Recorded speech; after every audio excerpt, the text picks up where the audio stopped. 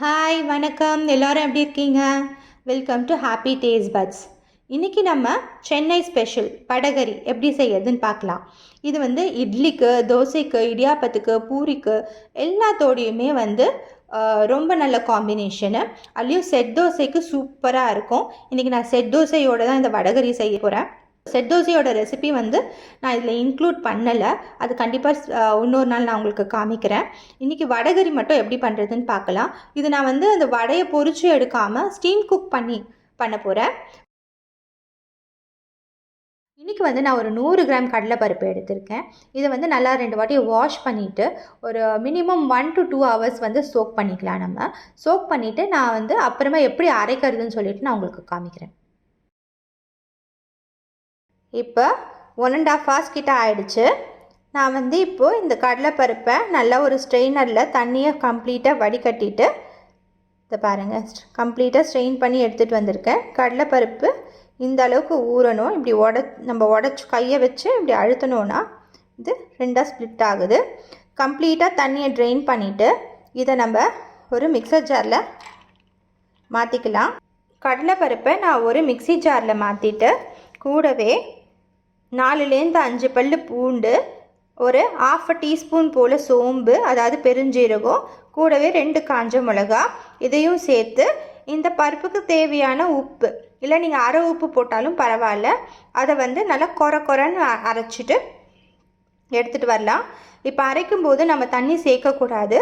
Just ஒரு pulse mode மாதிரி விட்டு ஒரு 2-3 தடவை விட்டிங்கனாவே அந்த கோஸ் கன்சிஸ்டன்சிக்கு நம்ம வந்துடும்.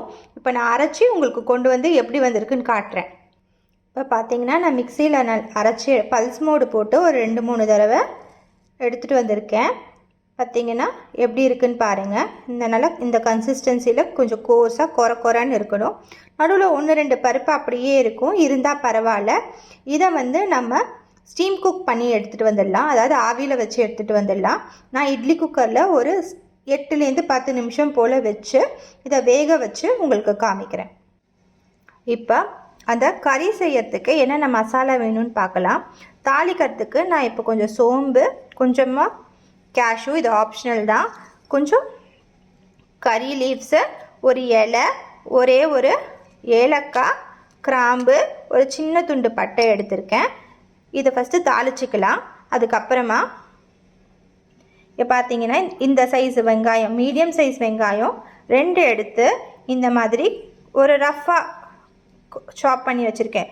ரொம்ப பெருசாகவும் இல்லாமல் ரொம்ப ஃபைனாகவும் இல்லாமல் ஒரு மீடியம் சைஸ்க்கு சாப் பண்ணிக்கோங்க. கூடவே நமக்கு இஞ்சி பூண்டு பேஸ்ட்டு, கரம் மசாலா, இது ஆப்ஷனல் தான், சும்மா ஒரு வாசனைக்காக நான் கொஞ்சோண்டு எடுத்திருக்கேன். இது காரத்துக்கு 1 teaspoon chilli powder, plain chilli பவுடரும் 1 டீஸ்பூன் தனியாத்தூளும் நான் எடுத்திருக்கேன். இப்போ ஒரு குக்கரில் நான் ஒரு 2 டீஸ்பூன் போல் ஆயில் எடுத்திருக்கேன். இதுக்கு நம்ம பீனட் ஆயில் இல்லைன்னா வெஜிடபிள் ஆயில் அந்த மாதிரி ஏதாவது எடுத்துக்கலாம். நல்லெண்ணெய் எடுக்க வேண்டாம். இது கூடவே நான் தாளிக்கிற சாமான் எல்லாமே ஆட் பண்ணிக்கிறேன்.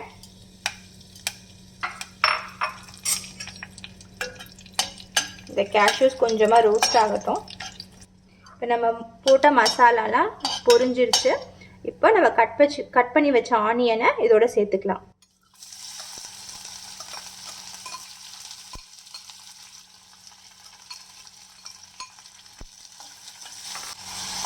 வெங்காயம் நல்லா வதங்கணுன்ட்டு இல்லை, ஓரளவுக்கு அந்த டிரான்ஸ்லூசன்ட் ஸ்டேஜ் வரும்போது நம்ம அடுத்தது இஞ்சி பூண்டு பேஸ்ட் ஆட் பண்ணிக்கலாம். இப்போ இந்த வெங்காயத்துக்கு தேவையான உப்பை நான் ஆட் பண்ணிக்க போகிறேன்.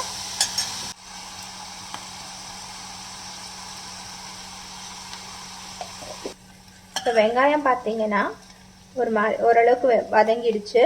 நான் இந்த ஸ்டேஜில் நம்ம எடுத்து வச்சுருக்கேன் இஞ்சி பூண்டு பேஸ்ட்டு இதோட நான் சேர்த்துக்கிறேன்.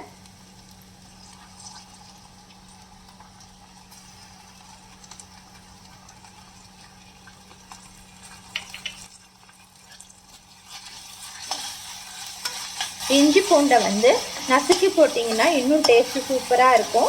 இன்றைக்கி நான் என்கிட்ட ஜிஞ்சர் கார்லிக் பேஸ்ட் ஆல்ரெடி இருந்ததுனால நான் அதை அப்படியே சேர்த்துட்டேன்.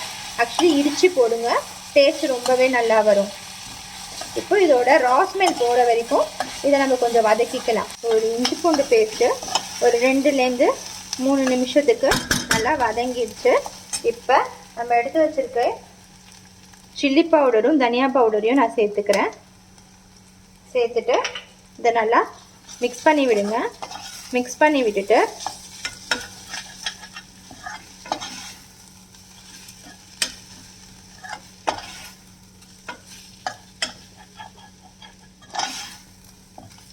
இஞ்சி பூண்டு பேஸ்ட் போட்டிருக்கிறதுனால கீழே பிடிக்குது, அதனால் கொஞ்சம் கிளறி விட்டுக்கோங்க.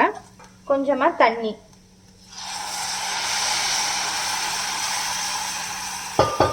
நான் இந்த வெங்காயம் ஜஸ்ட் முழுகிற அளவுக்கு தான் தண்ணி விட்டுருக்கேன். விட்டுட்டு இதை ஒரு விசில் விட்டு வேக வச்சிடலாம். வெங்காயம் வேகட்டும். நான் இதுக்கு விசில் போட்டு இப்போ வேக வைக்க போகிறேன். மீடியம் ஃப்ளேமில் வச்சுருக்கேன். ஒரு விசில் வரட்டும். 1லேருந்து 2 விசில் கூட நம்ம விட்டுக்கலாம். நமக்கு வெங்காயம் வேகணும்.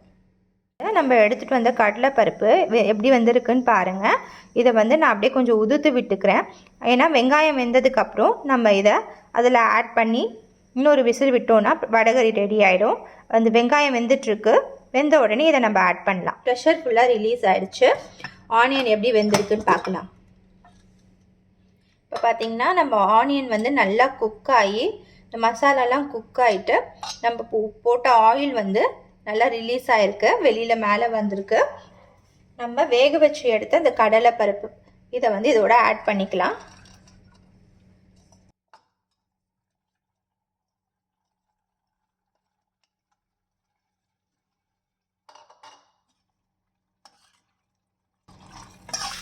இதை ஜஸ்ட் ஒரு மிக்ஸ் பண்ணி விட்டுருங்க. மிக்ஸ் பண்ணிவிட்டு இப்போ இதை நம்ம கொஞ்சம் தண்ணி ஊற்றிட்டு ஒரு விசில் விட போகிறோம். அப்போ தான் இது நல்லா சாஃப்டாக இதோட சேர்ந்து இந்த மசாலாலாம் இது கடலைப்பருப்பில் ஊறி நமக்கு டேஸ்ட் நல்லாயிருக்கும். ஸோ இப்போ இதுக்கு தேவையான அளவுக்கு நம்ம தண்ணி சேர்த்துக்கலாம். நான் இங்கே 3/4 டம்ளர் தண்ணி சேர்த்துருக்கேன்.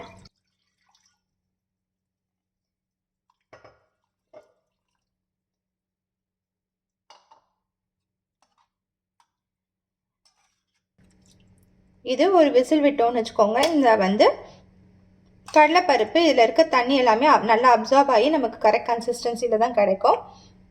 இது நான் கூடவே எடுத்து வச்சுருந்தேன் கரம் மசாலையும் இதில் சேர்த்துக்கிறேன். இதை ஒரு விசில் விட்டு எடுத்துக்கலாம். இப்போ பார்த்தீங்கன்னா ப்ரெஷர் ஃபுல்லாக ரிலீஸ் ஆகிடுச்சு. இப்போ எப்படி வெந்திருக்குன்னு நம்ம ஓப்பன் பண்ணி பார்க்கலாம். கடலைப்பருப்புலாம் நல்லா சாஃப்டாக வெந்து இந்த மசாலாவோடு சேர்ந்து நமக்கு நல்லா இருக்கு. நான் ஜஸ்ட்டு ஒரு நிமிஷம் போல் கொதிக்க விட்டுருக்கேன். இப்போ கடைசியாக கார்னிஷிங்க்கு நம்ம கொத்தமல்லியும் சேர்த்துக்கலாம். சேர்த்து கலந்து விட்டுருங்க. உங்களுக்கு உப்பு சரியாக இருக்கான்னு பார்த்துக்கோங்க. கம்மியாக இருந்துச்சுன்னா இந்த ஸ்டேஜில் அதை அட்ஜஸ்ட் பண்ணிக்கோங்க. அண்ட் ஒருவேளை உங்களுக்கு வடகரி கொஞ்சம் காரமாக இருந்ததுன்னு நினச்சிங்கன்னா இதில் நம்ம தேங்காய் பாலோ இல்லை நம்ம காய்ச்சின பாலோ கொஞ்சமாக சேர்த்து அந்த காரத்தை கூட அட்ஜஸ்ட் பண்ணிக்கலாம். இதை நான் இப்போ உங்களுக்கு பிளேட் பண்ணிவிட்டு காமிக்கிறேன். அவ்வளவுதாங்க, நம்ம சென்னை ஸ்பெஷல் வடகரி சூப்பராக ரெடி ஆயிடுச்சு. நான் சொன்ன மாதிரி இது இட்லி, தோசை, பூரி, இடியாப்பத்தோடு ரொம்பவே நல்லாயிருக்கும். கண்டிப்பாக ட்ரை பண்ணி பாருங்கள். ட்ரை பண்ணிவிட்டு எப்படி வந்ததுன்னு எனக்கு கமெண்ட் பண்ணுங்கள். இந்த வீடியோ உங்களுக்கு பிடிச்சிருந்துச்சுன்னா லைக் பண்ணுங்கள், ஷேர் பண்ணுங்கள், அப்படியே சப்ஸ்கிரைப் பண்ணுங்கள் நம்ம சேனலுக்கு. தேங்க்யூ.